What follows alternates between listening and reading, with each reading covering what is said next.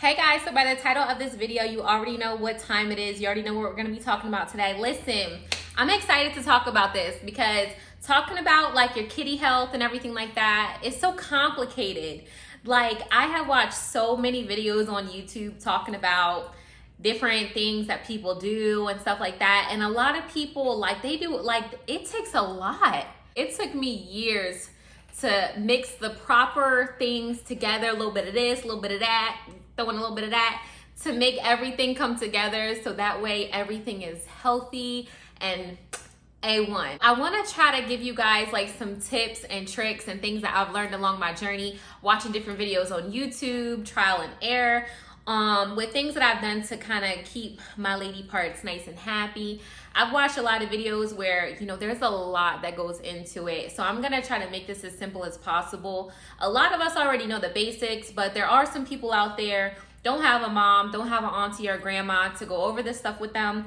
So hopefully I can be your auntie to give you those tips and, kind of help you along the way because it is complicated. So the biggest thing that I think a lot of people have not touched on in their videos is that your diet is everything when it comes to your kitty health, okay? And I hope y'all know what I'm talking about. Y'all know what I'm talking about when I say kitty, because for some reason I feel like I can't really say that word. I guess you can get flagged or something like that on here. So I'm gonna call down there your kitty. So just to clear that up before we move on. So the biggest thing that a lot of people have not touched on when it comes to their kitty health is your diet. That's like everything when it comes to your kitty health. So I want to go over some foods that you need to avoid, and some foods that you definitely should eat in order to maintain a healthy pH for your kitty. All right, guys, so some foods that you definitely want to avoid, that you definitely want to stay away from if you are trying to maximize your kitty health. So some of the things are coffee. I know. Coffee can throw off your pH, y'all. Fried food, the trans and saturated fat in fried food can throw off your pH. Asparagus, onion, anything dairy. You're gonna be hurt when I say this. Alcohol. Yes, y'all, alcohol can lead to dehydration, which can lead to like a lot of dryness down there, which thus can lead to your pH being thrown off and infection. Another thing that I want to add is meat. So there are a lot of hormones that are pumped into meat before it actually gets slaughtered and before it actually ends up on your plate. So it's very, very unhealthy for your body to be introduced to the amount of hormones that is put into meat before it ends up on your plate. So it's definitely one of those things where if you avoid it, you're not only helping your kitty health, but you're helping your overall health, because to have that amount of hormones introduced into your body, it's like foreign. It throws off a lot. Since I've been plant-based, my cycles used to be so irregular, but since I've been plant-based, my cycles have actually regulated. And it also, all those hormones not being introduced into your body, it helps with so many things besides that, but it also helps with your kitty health, because all those hormones kind of throws off the balance of your natural hormones and your natural pH. So definitely going to plant-based. There's so many good vegan options, to the point where I don't even miss eating meat. Now, don't get me wrong, occasionally I will eat shrimp and I will have salmon, and I also I'll do crab cakes, but I am mostly plant-based and I do not miss meat because there's so many good plant-based options. When I go to the grocery store, I love Morningstar. They have a lot of options for you. There's also easy plant-based recipes. I make these little rice paper wraps that are so delicious, and a really good chickpea recipe too that I like to eat. It's so easy to be plant-based. Even when you go to restaurants and stuff, they usually most restaurants have plant-based options. And I feel from my research, pork is the worst thing that you could eat. Pork is so unhealthy for you. I'm not even gonna go into the details because it's disgusting how many diseases live inside of pork and how nasty pork is. If you eat pork, you might wanna do some more research, because you are literally putting the most disgusting, filthy animal inside of your body. It's nasty. And it was hard for me because I used to love me some scrapple. But then when I learned more about pork, I was like, some things that you can introduce into your diet that will help with your kitty health. You can drink 100% all natural cranberry juice, which I find cranberry juice very disgusting. So I couldn't do that. But at one point I was taking the little capsules. They were like little chewable things. You could do that, or you could take the juice and mix it into a smoothie. And one thing that is interesting, or was interesting to me, is that sweet potatoes actually help with infertility. I have PCOS, so when I read that, I went straight to the grocery store and got myself some sweet potatoes because I love them anyway, so it's like perfect. Also, their Greek yogurt is a great way to introduce healthy bacteria into your lady part, for your lady part health. I personally, I have this dairy one, this dairy free, it's like a yogurt alternative that still has those healthy bacteria in it, and it's really, really good. Also, as in every diet, eating a lot more like leafy greens and vegetables. I also, from personal experience, I can say people like were kind of like, oh, pineapple juice and pineapples, they don't do anything. They do. Eat more fruit. Just, you'll thank me later. So one of the things that I started incorporating into my diet, because sometimes I find it hard to actually eat the perfect amount of vegetables. So this is something that I like. Hope that's focusing. It's Teamy Greens. I'm sure you guys have heard of this company. This is something that I love, love, love, love, love. It's really tasty, mixed with pineapple juice and a V8 energy drink, and it helps you get all of your servings of vegetables. This is something that I eat this on a regular basis. This is from Silk Almond Milk. And this is actually a yogurt alternative. So this is what I was talking about when I said, you know, introducing Greek yogurt into your diet does introduce like healthy probiotics for your kitty health. You see where it says L. acidophilus? That is the healthy bacteria that helps against any type of infections. It pretty much just helps keep your pH regulated. Also too, if you are the type of person you're just like, this is a lot, like I don't want to regulate my diet, there's supplements you can take, like prebiotic or probiotics strictly just for your lady parts. There's a brand called Queen V. I was taking them for like, I want to say like 3 to 4 months. I was getting them right from Target. Those are strictly just to keep your pH balanced. Refresh from Walgreens, they're another brand that I like, or you can go to your health food store. You know, if you don't want to regulate your diet, if you're just like, no, I like where my diet's at, or your diet is good and you're still having issues, then you can definitely consider taking a probiotic strictly just for your feminine health down there. Okay, y'all, so now that we have talked about the diet aspect of your kitty health, let's get into the nitty gritty and talk about hygiene. Okay, so I personally feel as though anywhere that there's hair on your body, I feel like it just get a little musky down there. You know, when it's hair down there, I prefer to be hairless. I need to be hairless. Like armpits, no hair, down there, no hair, like everything, it gotta go, okay? We gotta get rid of it. And it's year round for me, like we gotta get rid of this. So I prefer waxing. I think that it's better when it comes to like, you can get away from getting bumps. I mean, you could still get bumps, you know, if you don't take care of yourself after, you know, your skin after waxing, like exfoliating. But I feel like you get less bumps with waxing, and it actually helps with the dark spots that you get down there as well. So I prefer waxing. Unfortunately, my waxer is on maternity leave.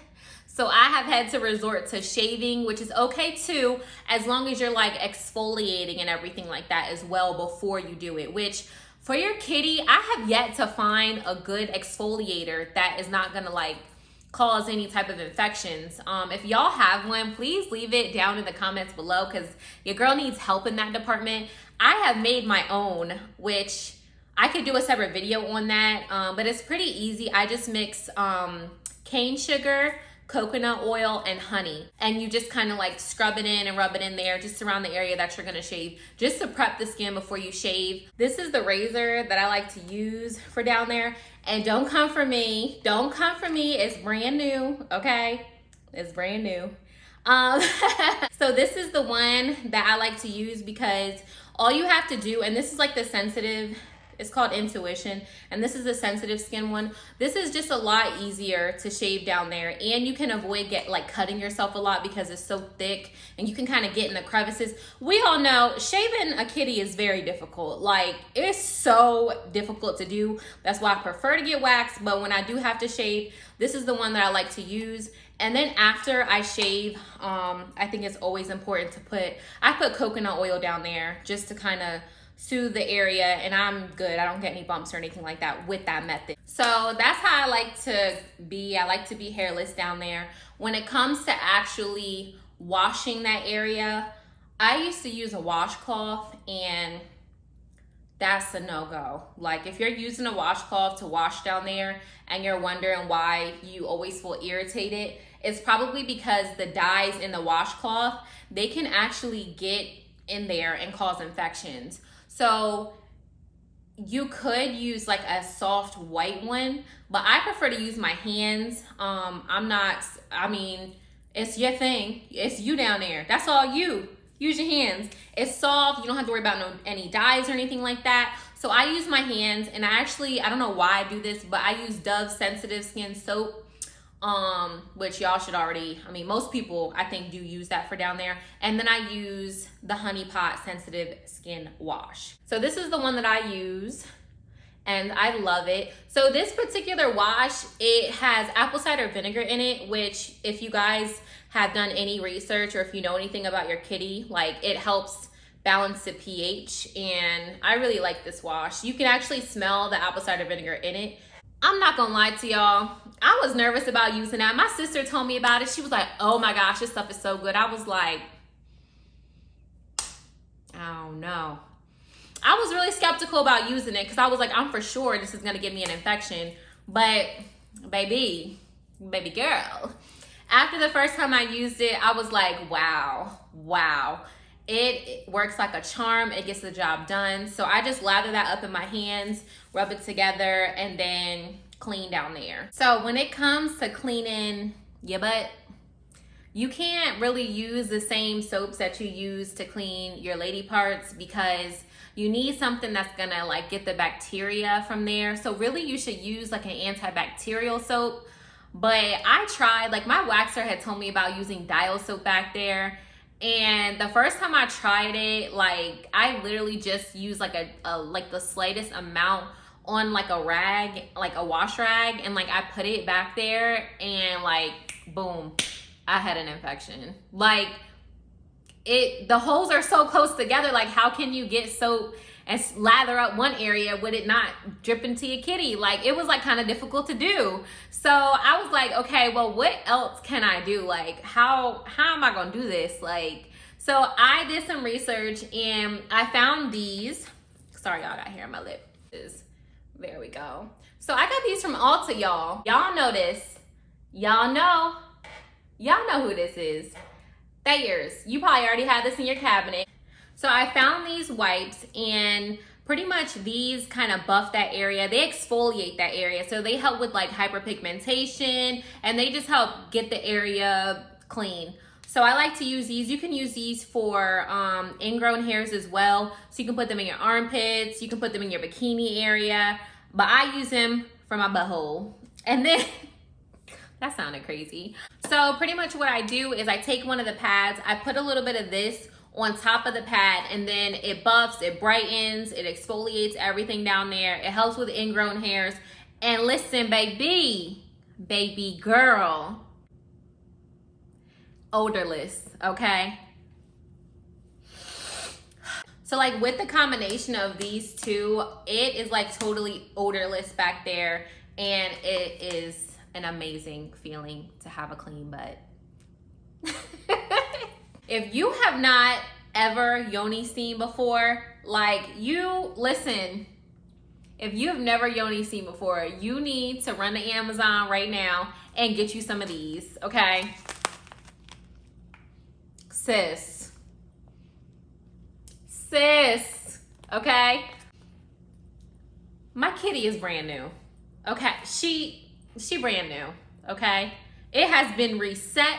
My body count is 0 and can't nobody tell me different, okay? So it helps with infertility, it regulates your cycles, it helps with cramping, it just helps. It has so many benefits. So my period is supposed to start next week, and I did this last night, and I'm also gonna do this again after my period, just to kind of like, you know, clean out everything that might be left over, all the nastiness. But y'all, if you have never yoni steamed, it's so relaxing. It's such a beautiful like thing to do for your woman's health. It's just for your kitty health. It's just amazing. If yoni steam is something that you maybe tried in the past or something that you're just like not interested in, I recommend that you do something after your period to get the rest of the stuff out. I used to, before I started doing the yoni steam, I used to like just wear a tampon. So day 6, it was a little bit of blood. Then day 7, it was like, you know, a little light brownish. And then day 8, it was like nothing. I would wear it until I saw nothing on my tampon.